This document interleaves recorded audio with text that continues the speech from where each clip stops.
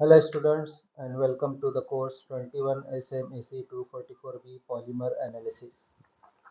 In this chapter, we will discuss the measurements of molecular weight and size of the polymers. Before studying the molecular weight of the polymers, we should know what is meant by average molecular weight. Consider there is a sample of ethanol. Each molecule has same molecular formula and same molecular weight, that is 46, irrespective of the method of the synthesis for ethanol. If a molecular weight is other than 46, then it is not an ethanol molecule. This same principle applies for all low molecular weight compounds.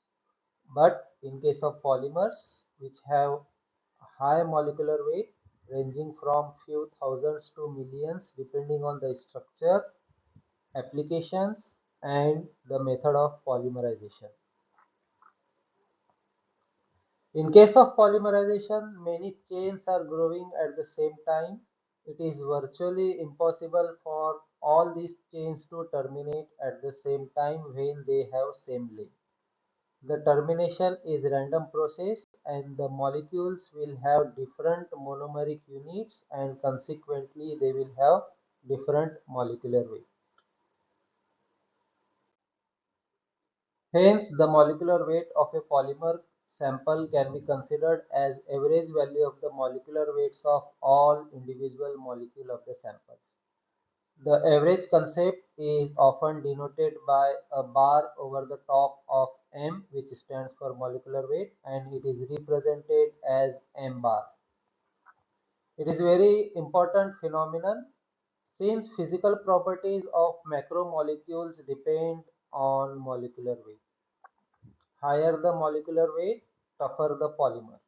The molecular weight and its distribution decides the viscous and elastic behavior of molten molecules.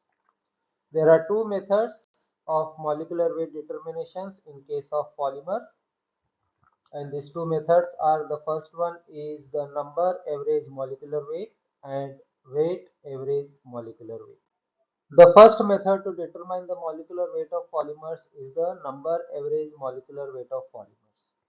In this method, an assumption is made that individual molecules contribute to the average molecular weight of a polymer in proportion of their numbers. If you consider a molecule sample having n number of molecules, then the number average molecular weight of a polymer is given by the equation M bar is equal to summation of Ni Mi divided by summation of Ni, where this N stands for the number of molecules and M is the molecular weight of that molecule. And the term summation of Ni Mi will represent the total weight of the polymer and summation of Ni represents the total number of polymer molecules. Hence, the number average molecular weight is defined as the total weight of a polymer divided by the total number of molecules. The second method to represent the molecular weight of a polymer is the weight average molecular weight of polymers. The weight average molecular weight is based on the assumption that the individual polymer molecules contribute to the average molecular weight in proportion of their weight, not the numbers.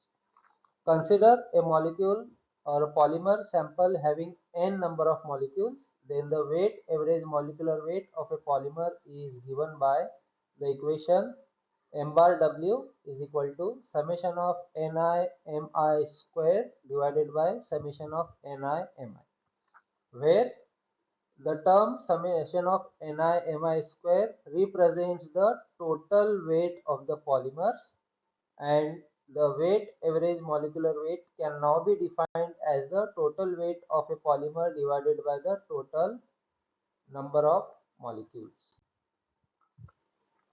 There are various techniques which are commonly used for determining the molecular weights of polymers, which includes membrane technique like membrane osmometry, light scattering photometry, ultracentrifugation, end group analysis, cryoscopy, and ebullientiometry.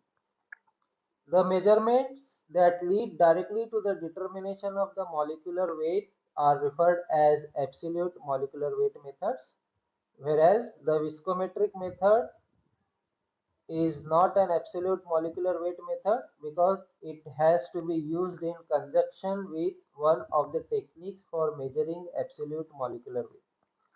In case of polymers, the various approaches are used for determination of the molecular weight do not yield the same molecular weight as the property being measured may differ.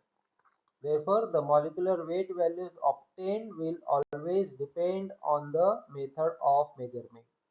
If we determine the molecular weight of the same polymer by using different techniques, we may get a different molecular weight because the property which is studied under this determination is different. The physical methods that rely on the colligative properties like depression in freezing point, elevation in boiling point, osmotic pressure, etc. gives rise to a number average molecular weight because these properties depend on the number of molecules and not on their molecular size. Similarly, the measurement of the properties where the bigger molecules contribute more than the smaller molecules result in the weight average molecular weight. The light scattering and the ultracentrifugation methods based on the mass or polarizability of the species present, and hence they give the weight average molecular weight. The end group analysis is one of the easiest methods to determine the number average molecular weight, and in this analysis, the polymer samples whose molecule contain reactive functional groups either at one chain end or both the ends of the molecule, the number average molecular weight can be determined using the chemical method end group analysis.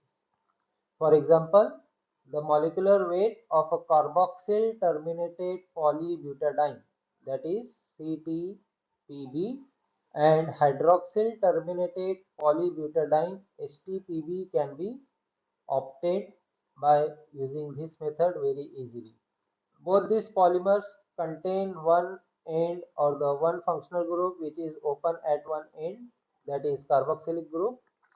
Other functional groups like aldehydes, amino acids, esters, etc. can also be present in the molecule and they can also be utilized in determining the number average molecular weight of the polymer by using this method. In this method, the functionality for these molecules will be the number of reactive functional groups in the molecule. For the determination of end groups, methods like titration or spectroscopic techniques can be used.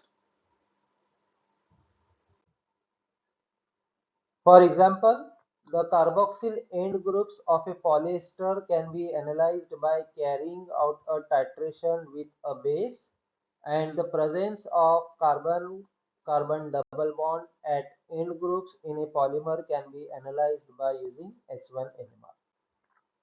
The functionality obtained is then expressed as a functional group equivalent per 100 gram of the polymer. After knowing the value of functionality and the functional group equivalent, the value of number average molecular weight, that is m bar n, can be calculated by using the equation m bar n is equal to functionality divided by functional group equivalent. Let us see how this method can be used to determine the number average molecular weight of a polymer by solving one of the numerical. Like in the end group analysis method, 0.895 gram of the bifunctional CTPB polymer sample was analyzed and it consumed 6.2 ml of 0.25 normal alcoholic potassium hydroxide solution. From this, we can calculate the number average molecular weight of the polymer, like The given solution, the given parameters are functionality is given. It is a bifunctional polymer. Therefore, the functionality will be 2. The volume of KOH which is consumed by this polymer is 6.2 ml. The normality of the KOH which is used is 0.25 normal, and the weight of the sample taken is 0.895 grams. So from this data, we can determine the carboxyl value per 100 gram of the sample by using the equation carboxyl value per 100 gram is equal to V into N divided by W into 10. After substituting the values, we get the carboxyl value per 100 gram as 0.1731. We know the functionality and we have calculated the carboxyl value equivalent, that is the functional equivalent, functional group equivalent. So now the number average molecular weight of a polymer can be determined by using this formula m bar n is equal to functionality divided by functional group equivalent, and after substituting the values we get the number average molecular weight of the polymer as 1155. For such more numericals and the detailed notes as well as the question bank for this chapter, please follow the link which is given in the description box.